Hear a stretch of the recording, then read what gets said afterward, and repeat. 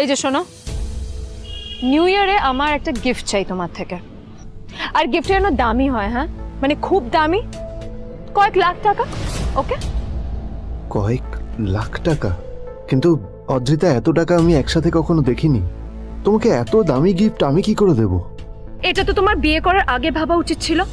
একজন পুরুষ মানুষ হয়ে নিজের স্ত্রীর এইটুকু ইচ্ছা তুমি পূরণ করতে পারবে না? স্ত্রীর এই কথাগুলো নীলকে আহত করে। নিঃশব্দে ওখান থেকে চলে যায় নীল।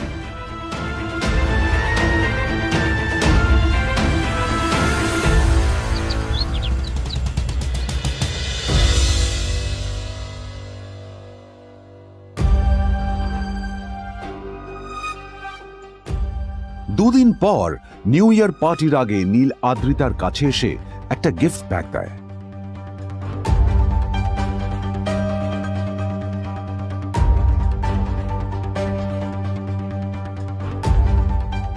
আদ্রিতা মুখ বেজার করে বাক্সটা খুলল, তবে তারপর বাক্সের ভেতরে গিফটটা দেখতেই ও চমকে গেল।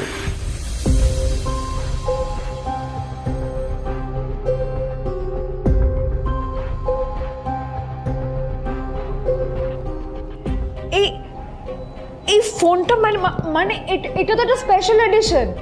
এটার দাম তো 3 কোটি টাকা। তুমি এটা পেলে কোথা থেকে? আসলে এটা অরিজিনাল নয়।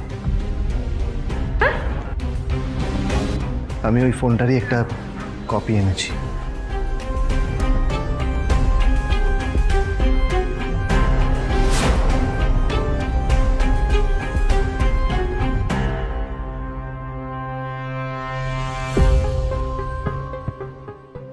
কিন্তু আদ্রিতার নীলের কথা একটু সন্দেহ হয়, কারণ ফোনটা দেখে একেবারেই আসল বলেই মনে হচ্ছিল।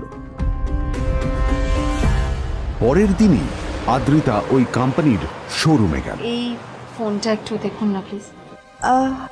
ওয়াও, আচ্ছা ম্যাম, আপনি কি মিস্টার রয় চৌধুরীর বন্ধু? কে মিস্টার রয় চৌধুরী? ও, আপনি কি ওই রয় চৌধুরী গ্রুপ অফ ইন্ডাস্ট্রিজের মালিকের কথা বলছেন? হ্যাঁ। না না, আমি ওনাকে চিনি না। আমি কেন, আমার মনে হয় কেউই ওনাকে চেনে না। বড় বড় মানুষেরাই ওনা দেখা পান না।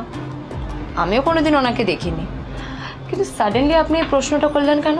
অ্যাকচুয়ালি ম্যাম, আপনার হাতের এই ফোনটা আসলে এটা ফোনের স্পেশাল এডিশন। এই কাটিং, এই ডিজাইন, এই লোগো, এটা জাল করা ইজ নেক্সট টু ইম্পসিবল। আর গোটা ভারতে বিক্রি হওয়া এই ফোনের সেকেন্ড পিস এটা, যেটা মিস্টার রয় চৌধুরী কিনেছিলেন। সেজন্য জিজ্ঞেস করছি ম্যাম, আপনি এই ফোনটা কোথা থেকে পেলেন? তবে কি নীলই মিস্টার রয় চৌধুরী, নাকি নীল এই ফোনটা চুরি করেছে? বেকার নীলের কাছেই কোটি টাকার ফোন কোথা থেকে এলো? নীলের সত্যিটা তাহলে কি? আর ও যদি সত্যি বড়লোক হয়ে থাকে, তবে ও নিজের শ্বশুর বাড়িতে খরচামাই হয়েই বা থাকে কেন? আদ্রিতা এসব কথাই মনে মনে ভাবছিল। তবে আদ্রিতার বিশ্বাস ছিল যে কোনো না কোনো মতলব করেই নীল এই ফোনটা আদ্রিতার জন্য নিয়ে এসেছিল।